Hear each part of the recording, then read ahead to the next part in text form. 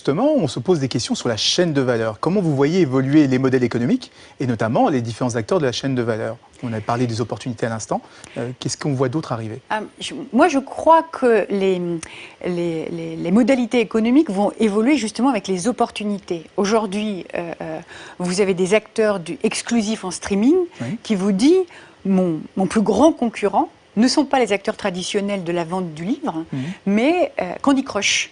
C'est le temps passé sur les différents écrans. Ceux qui vont vouloir lire en numérique sont ceux qui passent leur vie, ceux qui passent beaucoup de temps sur le numérique.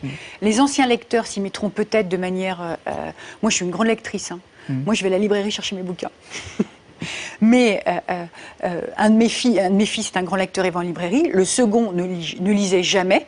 Et je le surprends avec du contenu littéraire, de formes diverses et variées, de la BD, de la manga, mais même du livre, en streaming. Il n'aurait jamais été dans une librairie acheter un bouquin. Donc, ça, c'est la première. Être vigilant sur les opportunités. Il y a beaucoup d'opportunités. Ça, c'est la première opportunité que ça ouvre. La deuxième, c'est que, notamment, c'est une opportunité énorme pour les livres francophones qui se retrouvent avec une chaîne de diffusion multipliée par 10, voire 100. Il faut savoir que la francophonie, celui qui parle en français, ça représentera la 3e langue mondiale d'ici à 20-30 ans.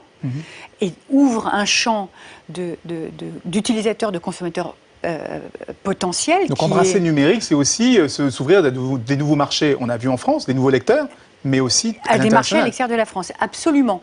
Donc le modèle économique tel qu'on le connaît aujourd'hui à gâteau réduit de mon lecteur français qui correspond à une population très spécifique, tout le monde ne lit pas, ou alors tout le monde beaucoup lisent mais les mêmes livres, donc tout le monde ne lit pas des livres diversifiés qui puissent accompagner ce patrimoine culturel, va pouvoir avoir un élan énorme avec l'arrivée d'un potentiel de lecteurs bien plus important. Quand on parle par exemple de la francophonie en Afrique, il faut savoir que les gens en Afrique lisent, mais n'ont pas accès à la librairie d'à côté et pourraient avoir accès... C'est beaucoup plus rapidement avec un téléphone portable ou une liseuse. Absolument. Et ce sont des comportements qui vont se développer. De même que le gamin qui ne lit pas aujourd'hui parce qu'il passe son temps sur sa tablette, voit un contenu littéraire qui lui est plus facile et plus évident à lire que ça ne l'est avec le bouquin que lui a filé son prof. Comment on peut assurer dans ces conditions la pluralité ?